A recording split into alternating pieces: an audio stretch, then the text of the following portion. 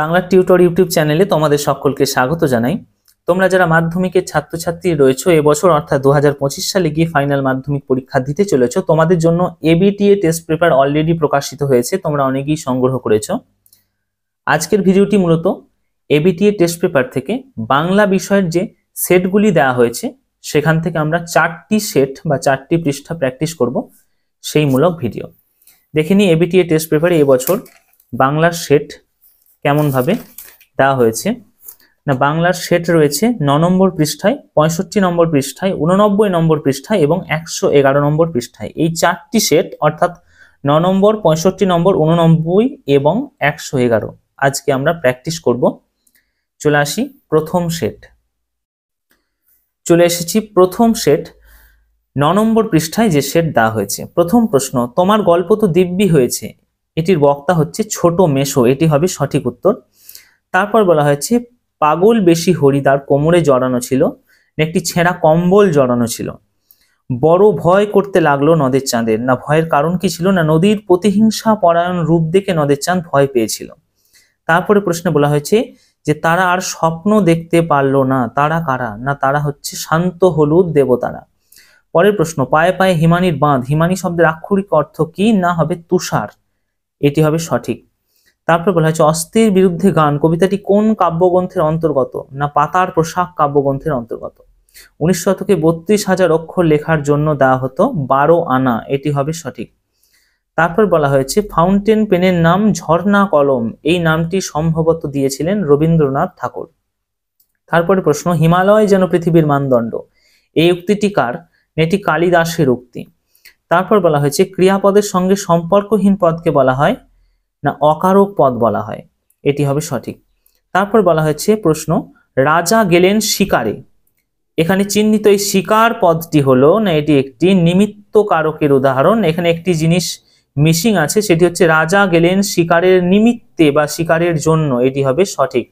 তারপরে প্রশ্ন দেওয়া হয়েছে রাজায় রাজায় যুদ্ধ হয়, এটি বাক্যের কর্তা হলো না, এখানে রাজায় রাজায় যুদ্ধ হয় এই ধরনের কর্তা হয়ে যাবে ব্যতিহার কর্তা, যেখানে দুটি কর্তার মধ্যে ফাইট বোঝাচ্ছে বা বিবাদ বোঝাচ্ছে, সেটি হয়ে যাবে ব্যতিহার কর্তা।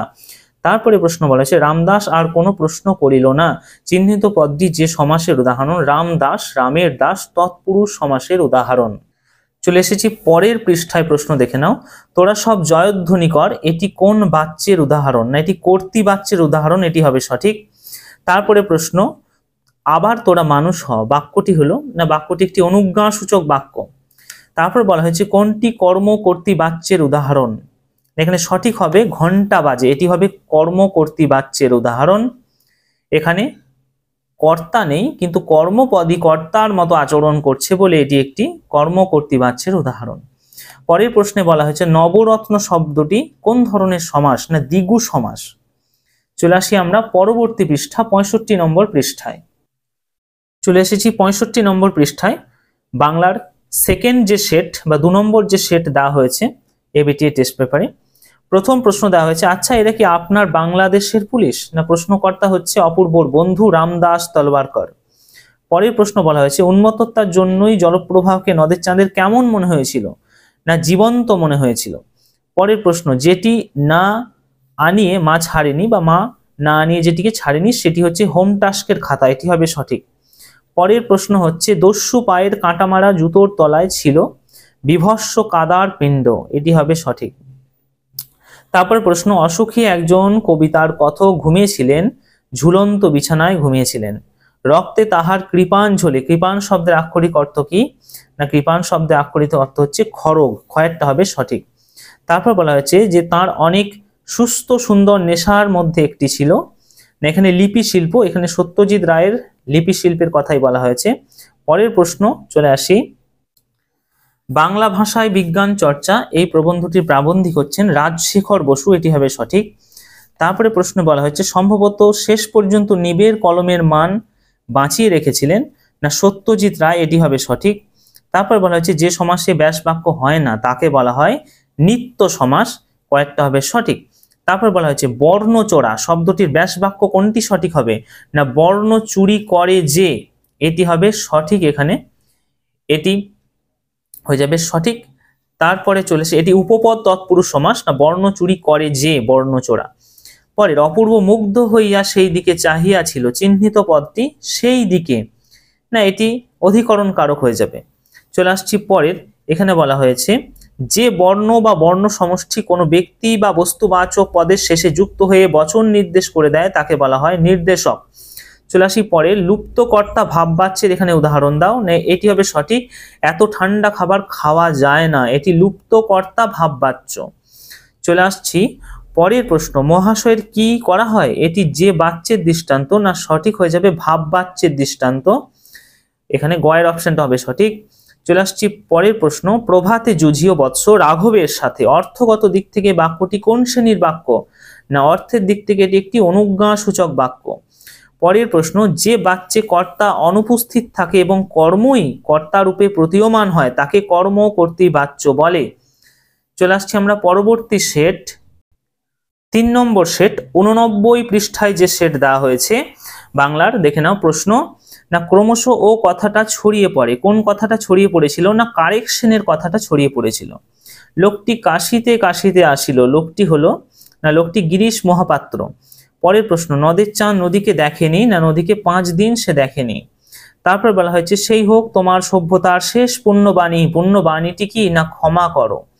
তারা আর স্বপ্ন দেখতে পারলো না, তারা হলো না শান্ত হলুদ দেবতারা। পরের প্রশ্ন, সমুদ্র নিপতি সুতা, সুতা হলেন না পদ্মা। পরের প্রশ্ন দেওয়া হয়েছে লেখকরা অনবরত তা দিয়ে লিখে চলেছেন না কি দিয়ে, কিবোর্ড, এখানে হবে সঠিক উত্তর। চলে আসছি পরের, তারও ছিল ফাউন্টেন পেনের নেশা, তারও বলতে কি বোঝানো হয়েছে না কাকে বোঝানো হয়েছে না শরৎচন্দ্র চট্টোপাধ্যায়কে বোঝানো হয়েছে, শরৎচন্দ্র চট্টোপাধ্যায়ের ফাউন্টেন পেন সংগ্রহের নেশা ছিল। পরের প্রশ্ন, কলকাতা বিশ্ববিদ্যালয়ের পরিভাষা সমিতি গঠিত হয়েছিল না 1936, এই অপশনটা হবে সঠিক। চলে আসছি পরের, কথাটা শুনে তপনের চোখ মার্বেল হয়ে গেল, চিহ্নিত পদটি হলো এখানে সম্বন্ধ পদ, তপনের চোখ মার্বেল হয়ে গেল। অনেকের এটা কর্তৃকারক মনে হবে কিন্তু এটা সঠিক নয়, কথাটা শুনে তপনের চোখ মার্বেল হয়ে গেল না এটি সম্বন্ধ পদ, তপন এখানে সম্বন্ধ পদ। চলে আসছি পরের প্রশ্ন, রাজায় রাজায় যুদ্ধ হয়, এখানে যে কর্তা সেই কর্তা হচ্ছে ব্যতিহার কর্তা, একটু আগেই বললাম যেখানে দুটি কর্তার মধ্যে ফাইট বোঝায়, ব্যতিহার কর্তা। রামদাস আর কোনো প্রশ্ন করিল না, রামদাস পদটি যে সমাসের উদাহরণ না রামের দাস রামদাস, এটি হয়ে যাবে তৎপুরুষ সমাসের উদাহরণ, তৎপুরুষ সমাসের উদাহরণ। পরের প্রশ্ন, দ্বন্দ্ব সমাসে প্রাধান্য পায় না দুটি পদের অর্থই প্রাধান্য পায়, উভয় পদের অর্থই, পূর্বপদ পরপদের অর্থই প্রাধান্য পায় দ্বন্দ্ব সমাসে। তারপর বলা হচ্ছে ছেলেটি বুদ্ধিমান কিন্তু তেমন দুষ্টু তেমনই ফাঁকিবাজ, ছেলেটি বুদ্ধিমান কিন্তু যেমন দুষ্টু তেমন ফাঁকিবাজ না গঠন অনুসারে এই বাক্যটি একটি যৌগিক বাক্য, এটি হবে সঠিক। তারপর বলা হয়েছে কি মর্মান্তিক দৃশ্য, এটি যে ধরনের বাক্য না এটি বিস্ময়বাচক বাক্য। পরে তাকে টিকিট কিনতে হয়নি, এই বাক্যটি কর্তৃবাচ্যের রূপ হবে, এই বাক্যটিকে যদি কর্তৃবাচ্যে আমরা পরিবর্তন করি তাহলে সঠিক হবে তিনি টিকিট কেনেননি, তাকে টিকিট কিনতে হয়নি, তিনি টিকিট কেনেননি। চলে আসছি পরের, ঘন্টা বাজে, এটি যে বাচ্যের উদাহরণ না এটি কর্মকর্তৃ বাচ্যের উদাহরণ, ঘন্টা বাজে। চলে আসছি আমরা পরবর্তী পৃষ্ঠা বাংলার 4 নম্বর যে পেজ দেওয়া হয়েছে, 111 নম্বর পৃষ্ঠায় যে প্রশ্নপত্র দেওয়া হয়েছে দেখে নাও। তা ওরকম একটি লেখক মেশো থাকা মন্দ নয়, কথাটি বলেছেন তপনের মেজ কাকু। পরে রামদাসের স্ত্রীর তৈরি মিষ্টান্ন অপূর্বকে অফিসে এনে দিত একজন ব্রাহ্মণ পেয়াদা। পরের, নদের চাঁদ কর্মস্থলের কাছে নদীটিকে কত বছর ধরে চেনে না 4 বছর ধরে চেনে। পরের প্রশ্ন, অসুখে একজন কবিতায় একটার পর একটা বছরগুলো নেমে এসেছিল না পরপর পাথরের মতো নেমে এসেছিল, ক্ষয়ের অপশনটা হবে সঠিক। পরে সমুদ্র পাড়ে সেই মুহূর্তে তাদের পাড়ায় মন্দিরে বাজছিল পুজোর ঘন্টা। পরের প্রশ্ন, কন্যারে ফেলিল যথা, কন্যার নাম হচ্ছে পদ্মাবতী। পরের প্রশ্ন, পালকের কলমের ইংরাজি নাম হচ্ছে না কুইল। পরের প্রশ্ন, প্রাবন্ধিক শ্রীপান্তের প্রকৃত নাম কি না প্রাবন্ধিক শ্রীপান্তের প্রকৃত নাম নিখিল সরকার। পরের, অল্প বিদ্যা যে ভয়ঙ্করী তার প্রমাণ পাওয়া যায় কোথায় না বর্তমানের যে সাময়িক পত্র পত্রিকা সেখানে অল্প বিদ্যা ভয়ঙ্করী এর প্রমাণ পাওয়া যায়। পরের প্রশ্ন বলা হচ্ছে ইসাবের মেজাজ চড়ে গেল, চিহ্নিত পদটি কোন কারকের দৃষ্টান্ত, মেজাজ না এটি হবে কর্মকারকের দৃষ্টান্ত। পরের চলে আসি প্রশ্ন, যে কর্তা অন্যকে দিয়ে ক্রিয়া করিয়ে নেয় বা কাজ করিয়ে নেয় তাকে বলা হয় প্রযোজক কর্তা, এটি হবে সঠিক। তারপর হচ্ছে শোকানল, এটি কোন সমাসের দৃষ্টান্ত? না, এটি রূপক কর্মধারয় সমাসের দৃষ্টান্ত। এটি হবে সঠিক। চলে আসছি পরে, যে সমাসে পূর্বপদের বিভক্তি লোপ পায় এবং পরপদের অর্থ প্রধানভাবে প্রতীয়মান হয়ে ওঠে তাকে বলা হয় তৎপুরুষ সমাস। এটি হবে সঠিক। বয়স 30 বছরের অধিক নয় কিন্তু ভারী রোগা দেখাইলো, এটি কোন বাক্যের শ্রেণী? না, জটিল বাক্যের এটি মধ্যে পড়ছে। তারপর বলা হচ্ছে বাংলার এই দুর্দিন আমাকে ত্যাগ করবেন না, এটি কি ধরনের বাক্য? না, এটি একটি অনুজ্ঞা সূচক বাক্য। চলে আসছি পরের, যে বাচ্চে কর্তা বা কর্মের পরিবর্তে ক্রিয়ার ভাব বা অর্থ প্রতীয়মান হয় সেটিকে বলা হয় কর্ম ভাব বাচ্য। এটি হবে সঠিক।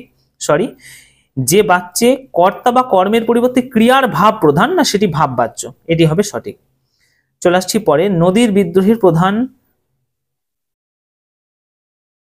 চলে আসছি পরের প্রশ্ন, নদীর বিদ্রোহের কারণ সে বুঝিতে পারিয়াছে, এটি কোন বাচ্যের উদাহরণ? না, এটি ভাব বাচ্যের উদাহরণ। এখানেই আমাদের আজকের আলোচনা শেষ হলো। না, এবিটি এর টেস্ট পেপার থেকে 4টি পরপর যে পৃষ্ঠা বাংলার দেওয়া হয়েছে, 9 নম্বর পৃষ্ঠা, 65 নম্বর পৃষ্ঠা এবং 89 নম্বর পৃষ্ঠা আর 111 নম্বর পৃষ্ঠার এমসিকিউ প্রশ্নের সমাধান তোমাদের করে দেওয়া হলো। যাদের ভিডিও ভালো লাগলো অবশ্যই একটি লাইক করবে, কমেন্ট করে তুমি তোমার মতামত জানাতে ভুলবে না। যারা চ্যানেলে নতুন অবশ্যই চ্যানেলটিকে সাবস্ক্রাইব করবে এই ধরনের আরো ভিডিও পাওয়ার জন্য।